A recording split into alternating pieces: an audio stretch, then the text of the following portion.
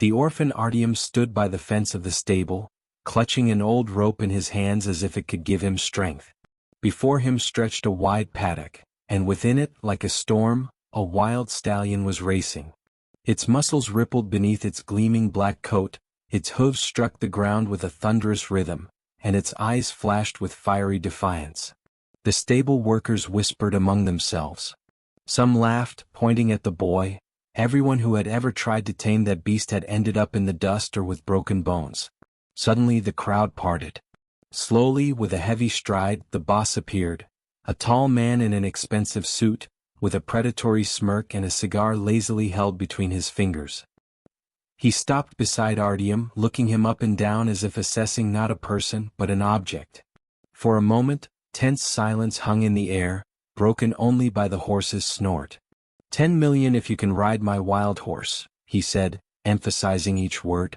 His voice was so loud that even the noisiest workers fell silent. Artyom's mouth went dry. He had never even dreamed of such a sum, but in his mind flashed the cold walls of the orphanage, the hungry evenings and his dream to escape poverty. In his chest, a strange feeling flared up, a mix of fear and determination. He didn't answer. He simply raised his eyes to the wild stallion. And in that moment, it seemed to him that a spark of understanding passed between them. The crowd burst into laughter. The workers exchanged glances, nudging each other with their elbows. Someone even made a gesture, hinting that the boy would soon be carried out on a stretcher. By the fence stood an old stableman with cracked, weathered hands. He shook his head and muttered, "Foolish boy. That horse broke the best riders. He's not for the likes of you." Artyom heard every word, but he didn't let them sink in. His eyes were fixed on the animal. The stallion circled the pen, powerful and proud, as if sensing the challenge and mocking the humans around him. The crowd began to murmur again. Someone shouted, "Hey kid, ready to say goodbye to your life?" But Artyom didn't flinch. He took off his worn-out jacket and carefully hung it on a post, as if preparing for the most important test of his life. His hands were thin, but his fingers gripped the rope firmly, with more confidence than 100 loud words could ever show. The boss, watching the scene, smirked, took a slow drag of his cigar, and exhaled a cloud of smoke that drifted lazily into the air. He spoke almost mockingly, but there was a flicker of curiosity in his eyes. "Well boy, show us a miracle, or show us how quickly you'll be thrown into the mud." The crowd burst into laughter again, but Artyom took a step forward, a single step. Yet in that silence, it sounded louder than all their jeers. Artyom stepped into the paddock and the laughter immediately died. It was as if everyone held their breath, watching the thin orphan walk toward a force of rage and power that even grown men feared.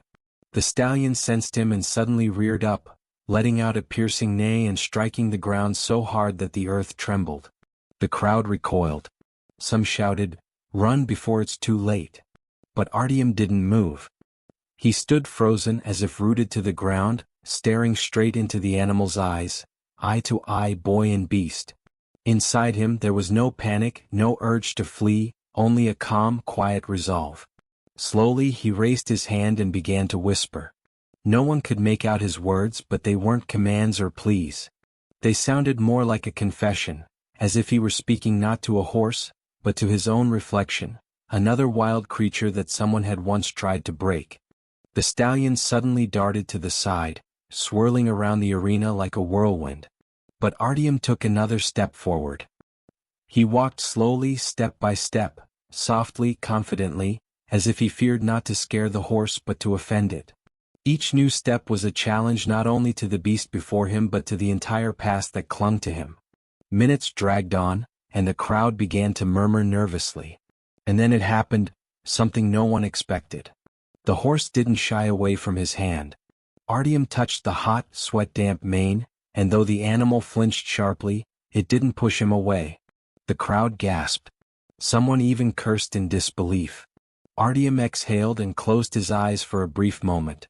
Beneath his palm he could feel a heartbeat, wild, strong but as lonely as his own. Gathering all his courage, Artyom leapt onto the stallion's back. A loud roar erupted from the crowd. The horse let out a furious neigh, like a beast trapped in a cage, and reared up, shaking the ground with its powerful hooves. Its mane whipped against the boy's face, its breath was hot, and every violent jerk threatened to throw him into the dust. "Hold on," someone shouted from the fence. "He'll fall," another laughed. "He's done for," cried a third.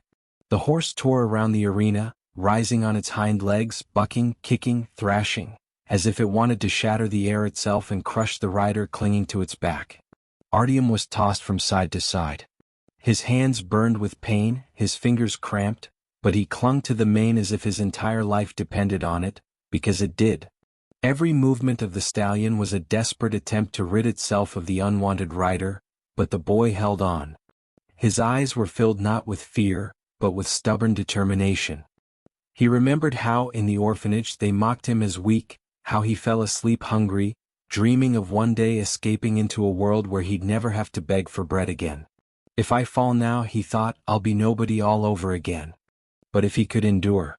The stallion burst into a gallop, kicking up clouds of dust as people by the fence shielded their faces from the wind and sand.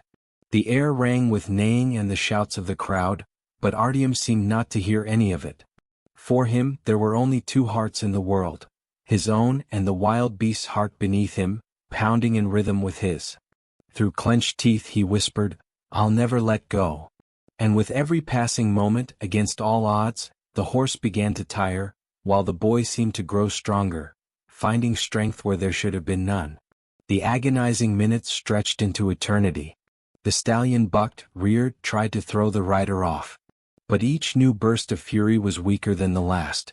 Its breathing grew heavy, thick clouds of steam poured from its nostrils, and its hooves no longer struck the ground with the same fury. Artyom, trembling with exhaustion, still held on, his fingers buried in the mane. His face was streaked with dust and sweat, his lips torn against his teeth, but his eyes still burned, and he refused to give up. Then suddenly the horse stopped. It raised its head high and let out a piercing neigh, not of rage this time but of challenge turned into acknowledgement. Artyom sat upright, barely breathing, feeling the hot, heaving body of the animal beneath him. The crowd was frozen in silence as if the whole world had stopped. No one could believe their eyes. The orphan, a boy without name or lineage, had done what seasoned riders and champions could not. The boss, who moments ago had stood smirking, suddenly dropped his cigar. It fell into the dust, burning out near his polished shoe. He took a step forward, his eyes narrowing, but the mockery was gone. In its place were respect and astonishment. His voice came out hoarse and heavy. 10 million are yours. You've earned it." Artyom slowly dismounted.